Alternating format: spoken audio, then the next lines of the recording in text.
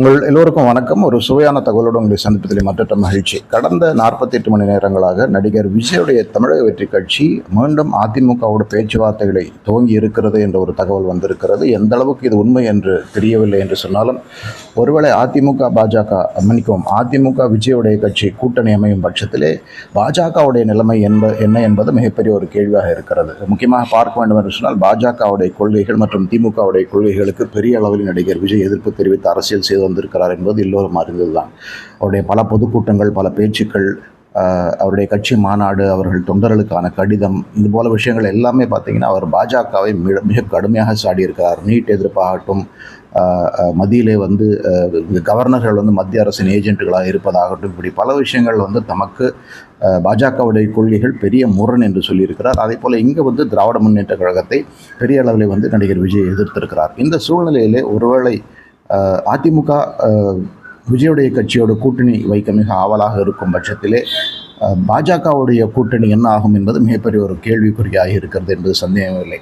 குறிப்பாக பாஜகவை பொறுத்தவரை இரண்டு விதமான கருத்துக்கள் நிலவுகின்றன. ஒரு கருத்து, நயினார் நாகேந்திரன் தலைமையிலே என்னானாலும் அதிமுகவோட பயணம் செய்து தேர்தலிலே எந்த அளவுக்கு தொகுதிகளை வென்று அதிகபட்சமாக எவ்வளவு எம்எல்ஏக்களை சட்டமன்றத்துக்கு அனுப்ப முடியுமோ அவ்வளவு பேரை அனுப்ப வேண்டும் என்ற ஒரே நோக்கம்தான் தமிழக பாஜகவுக்கு இப்போது இருக்கிறது. அதனால் அதிமுகவோட கூட்டணி ஒரு ஒரு வலுவான நிலையில் இருக்கிறது என்று கருதுபவர்கள் பலரும் இருக்கிறார்கள்.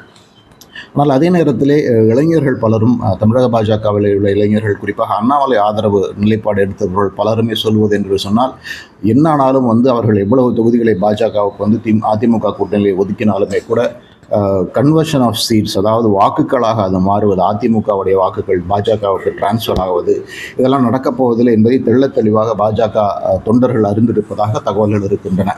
ஆக ஒரு பேச்சுக்கு 40 தொகுதிகளை எடப்பாடி பழனிசாமியுடைய அதிமுக ஒதுக்கினாலுமே கூட அந்த 40 எவ்வளவு தொகுதிகளை பாஜக வெல்ல முடியும் என்ற ஒரு மிகப்பெரிய ஒரு கேள்வி இருக்கிறது. அதே வேளையில் ஒருவேளை நடிகர் விஜயுடைய கட்சி வலுவான ஒரு கூட்டணி அண்ணா திராவிட முன்னேற்ற கழகத்தோடு அமைக்க வேண்டும் என்று ஆசைப்படும் பட்சத்திலே அவங்களும் பெரிய அளவு தொகுதிகள் கேட்டு வாய்ப்பு இருக்கிறது. அவர்கள் ஏற்கனவே இந்த பேச்சுவார்த்தைகள் முறிந்து போனதாக சொல்லப்படும் நிலைமைக்கு முன்னால் 60-70 தொகுதிகளை கேட்டதாகவும், துணை முதல்வர் பதவி வேண்டும் என்று கேட்டதாகவும் தகவல்கள் சொல்லப்படுகின்றன. அப்படி அதற்கு அதிமுக ஒத்துக்கொள்ள கூடும் என்ற ஒரு சூழ்நிலையிலே பாஜக அந்த கூட்டணியை தொடருமா என்ற ஒரு மிகப்பெரிய ஒரு கேள்வி இருக்கிறது. ஒன்று கொள்கை முரண், நடிகர் விஜயோடைய கட்சிக்கும் தமிழக வெற்றி கழகம் அவர்களுக்கும் பாஜகவுக்கும் உள்ள கொள்கை முரண். இன்னொன்று யார் ஜூனியர் பார்ட்னர், அதாவது அதிமுகவுடைய கூட்டணியிலே யார் செகண்ட் பார்ட்னர், இரண்டாவது பெரிய ஒரு கூட்டணி கட்சி எது, பாஜகவா அல்லது தமிழக வெற்றி கட்சி கழகமா அப்படிங்கிற ஒரு மிகப்பெரிய ஒரு கேள்வி எழுகிறது.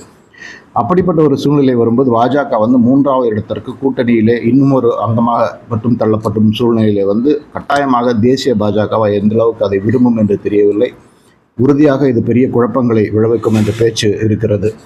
இந்த சூழ்நிலையிலே அதிமுக எந்த அளவுக்கு இந்த வதந்திகளை உண்மையாக்கப் போகிறது? ஏன்னா ஏற்கனவே அதிமுக ஆரம்பத்திலிருந்து விஜயுடைய கட்சிகள் ஒரு கூட்டணி அமைக்க வேண்டும் என்று ஒரு பெரிய ஆசையோடு இருந்தது என்பது எல்லோரும் அறிந்ததுதான். அதில் விஜயுடைய கட்சியுடைய கண்டிஷன்ஸ் எல்லாம் அதற்கு ஒரு அந்த பேச்சுக்களுக்கு முற்றுப்புள்ளி வைத்த சூழ்நிலையில் இப்பொழுதைக்கு திராவிட முன்னேற்ற கழகத்தை வீழ்த்த வேண்டும் என்று சொன்னால் உறுதியாக பாஜக தமிழக வெற்றி கழகத்தோடு கூட்டணி தேவை என்று அதிமுகவினர் பலதும் கருதுவதாகவும், அதே போல விஜயுடைய கட்சியிலுமே கூட உறுதியாக கூட்டணி தேவை என்ற ஒரு கருத்து இருப்பதாகவும் சொல்லப்படுகிறது. இந்த சூழ்நிலையிலே அந்த எந்த அளவுக்கு அந்த கூட்டணி சாத்தியம் என்று தெரியவில்லை. ஆனால் பாலிடிக்ஸில் ஒரு மாதம்ங்கிறது மிகப்பெரிய ஒரு நீண்ட சமயம்னு சொல்லுவாங்க. Even 1 week is a long time in பாலிடிக்ஸ்னு சொல்லுவாங்க. சட்டமன்ற தேர்தலுக்கு இன்னும் ஓராண்டுக்கு மேல் இருக்கிறது. இந்த சூழ்நிலையிலே இப்போது உள்ள கூட்டணிகளே மீண்டும் குழப்பமாகி ஒருவேளை அதிமுக பாஜகவை உதறிக்கொள்ள கூட வாய்ப்பு இருக்கிறதா என்று கேட்பவர்கள் பலரும் இருக்கிறார்கள். நயினார் நாகேந்திரனை பொறுத்தவரை அவர் எப்படியாவது எடப்பாடி பழனிசாமி முதல்வராக்க வேண்டும், அது ஒன்றுதான் நோக்கம், திமுக ஆட்சி விலக வேண்டும் என்று சொல்லியிருக்கிறார். அதே சமயம் பாஜகவுக்கும் அதிகபட்ச எம்எல்ஏக்கள் சட்டசபைக்கு போக வேண்டும் என்று சொல்லியிருக்கிறார்.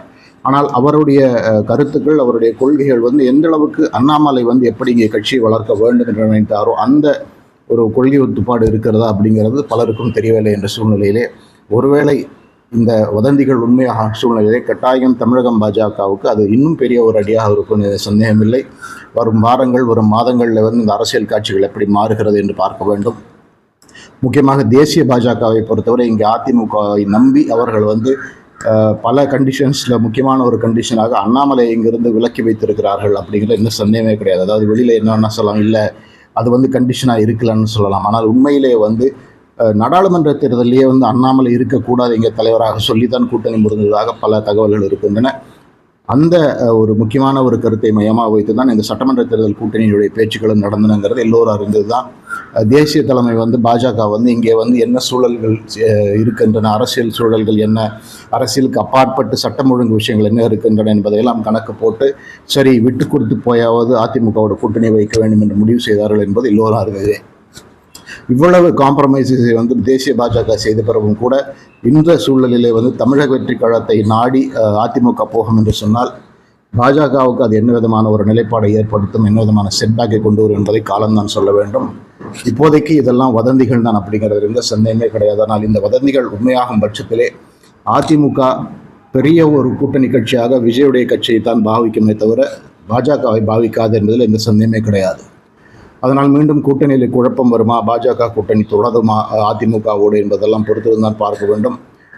நயினார் நாகேந்திரனை பொறுத்தவரை ஒரு முன்னாள் அதிமுக நபர், அதிமுகவில் எல்லோரோடும் நல்ல தொடர்பு இருப்பவர், எல்லோரோடும் ஒரு நல்ல உறவு வைத்திருப்பவர் என்ற பட்சத்திலே அவருடைய சாதுரியத்தால் இந்த கூட்டணி தொடரலாம் என்று கருதலாம்.